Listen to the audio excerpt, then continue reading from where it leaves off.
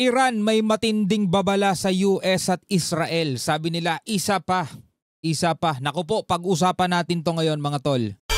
I'm just a young nigga chillin' on it. First time I seen ice was it. Alright mga kapatid, welcome ulit sa ating bagong video, reaction, review, commentary, opinion, criticism at kung ano-ano pa. So meron na naman tayong pag-uusapan ngayon mga kapatid, mga report, mga balita mula sa ibang bansa mga kapatid. Pero bago natin to pag-usapan, hinihikayat ko kayo na baka bago pa lamang kayo rito sa ating channel at di pa kayo nakakapag-subscribe, huwag niyong kalimutan mag-subscribe. Click nyo na rin ang notification bell para nano-notify kayo whenever na may mga bago tayong reaction video and commentary tulad nito. At kung ikaw naman ay nanonood sa ating Facebook page, syempre huwag nyo rin kalimutan mag-follow and like sa ating page. Nasa 143,000 na po tayo. Maraming salamat sa ating mga bagong kaibigan.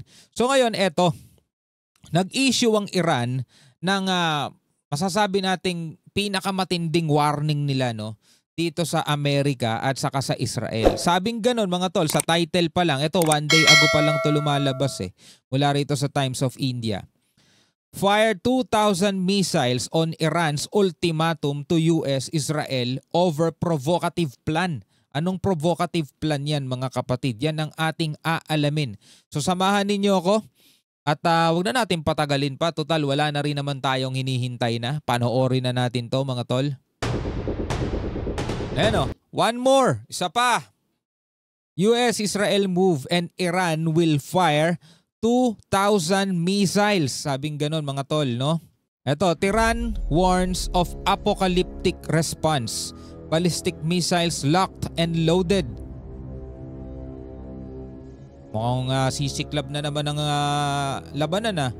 Don't dare to cross the line. Iran issues chilling warning. Iran's Revolutionary Guard continues expanding its ballistic missile arsenal rapidly. So mas lalo nilang pinabilis at pinalawak yung kanilang ballistic missile arsenal. Napakarami nilang ganito. Kaya nilang magpakawala ng daan-daan agad . The missile force remains Iran's primary deterrent against Israel and Western attacks. Di pa rin tapos yung labanan nila dun reports. Ayun sa report ulitin ko ulit. Okay, kasi baka may mag-comment na naman Hindi ako nagbabalita Hindi ako may pinapanood tayo. Ito nakikita nyo, may pinapanood tayo. Andyan din yung source. Yan yung source ng balita, ng news. Binibigyan ko lang ng reaction and commentary. Kasi baka may mag-comment na naman fake news ka. Hindi ako nagbabalita. Pero sige, nauunawaan ko kung napakahina ng iyong pag-unawa. Ganon talaga di ba? O sige, tuloy natin to. Para lang to sa mga may isip din.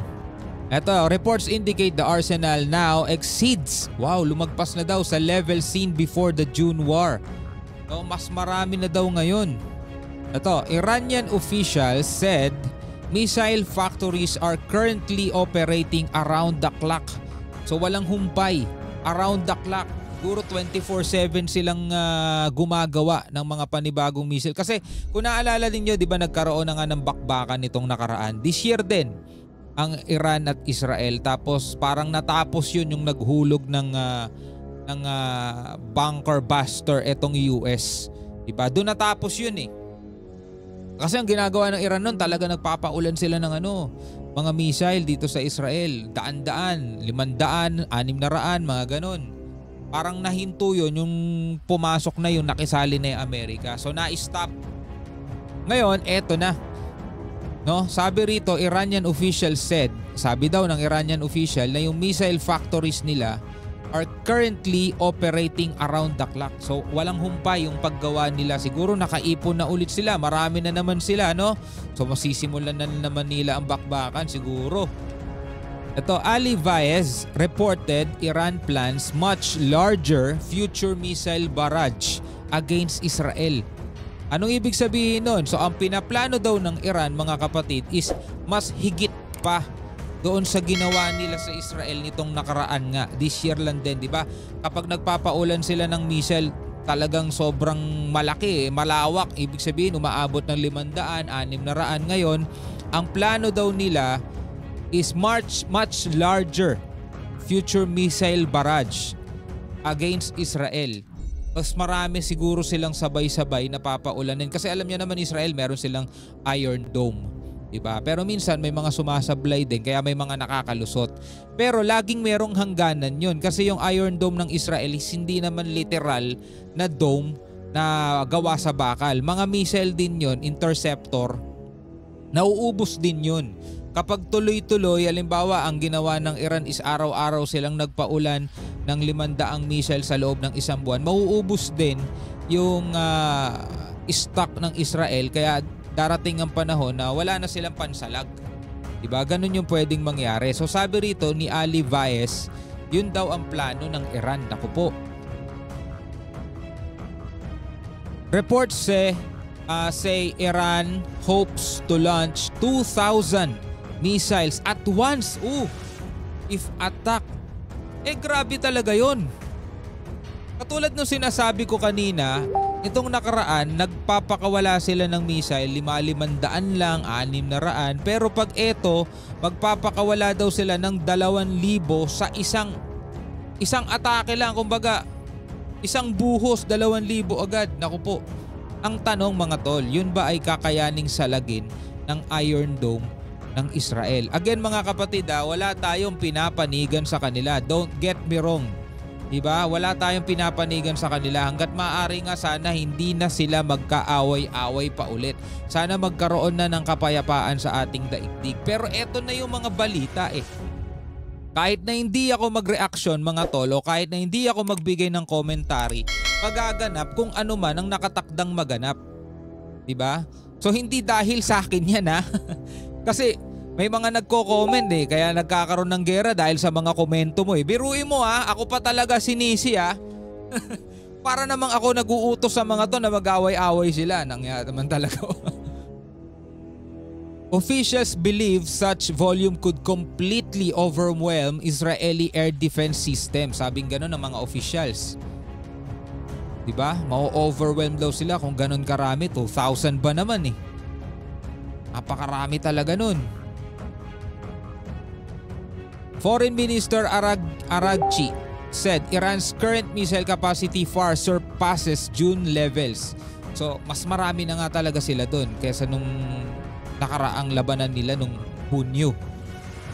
Iranian Defense Minister Nasser Zadeh said production has improved in both quality and quantity.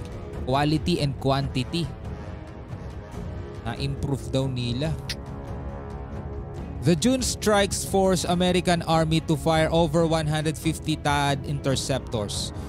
So yun, the June strike forced American Army to fire over 150 interceptors. 150. Kung 2,000 pakawalan isang The cost of defending Israel airspace during the war exceeded several $billion. Napakagastos talaga, no? The conflict raised serious concerns about America's ability to endure sustained missile attacks. Israel and the United States targeted Iranian leadership, infrastructure and military sites. Kasi nakita rin naman natin kung ano naman ang naging impact noon sa Iran. Diba? Napakarami ng mga scientists nila, mga top leaders nila ang nailigpit din ng mga pag-atake naman ng Israel. So ngayon, syempre, may mga bago na naman silang mga nakapwesto, may mga bago na naman silang nakaupo. Malamang sa malamang, pag nagsimula tong labanan na to, alam na rin nung mga yon na bilang na rin ang sandali nila, di ba? Several European states and Turkey reportedly supported the joint assault. So kasama daw itong European states at Turkey. Iran's massive missile retaliation overwhelmed Israeli and American defense system quickly. Mabilis. Yung diminishing interceptor effectiveness helped push Israel toward accepting a ceasefire. So yun daw ang dahilan kung bakit pumayag agad ang Israel doon sa ceasefire dahil doon sa pagkaubos na rin ng kanilang interceptor dahil sa dami ng ballistic missile na pinakawalan ng Iran. US President Donald Trump said Israel was hit very hard by Iranian missile barrage. And yun din naman talaga sinabi ni Trump.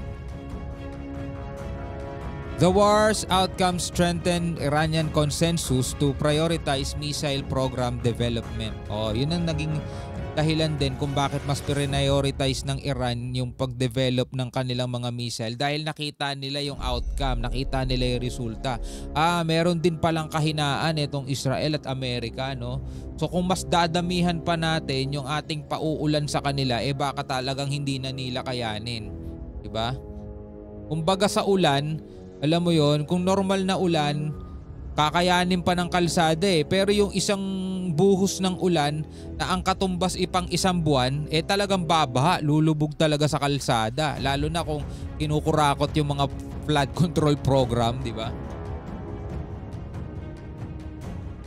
Iran's June missile strikes were the largest ever recorded in global history. So yun ang pinakamalaking naitala. No, largest ever recorded in global history. Susurpass pa nila yan, lalagpasan pa nila, di mas lalong magiging matindi ang susunod na mga magaganap. The US Army fired over 150 THAAD interceptors in under 12 days. 150. Reports say this exhausted more than a quarter of America's worldwide THAAD inventory. Ganon? More than quarter ng inventory nila ang naubos. The massive expenditure raised fears about US defenses against stronger adversaries. Defending Israeli airspace with THAAD reportedly costed the US over $2 billion. Napakalaking halaga rin ang ginastos ng Amerika sa pagtatanggol sa Israel. No? Reports, the US Navy also spent more than $3 billion on SM-3 and SM-6 missiles. Iruin mo yung ganong kalaking halaga. Napakalaking bagay na yon mga tol para pagandahin ang ating daigdig.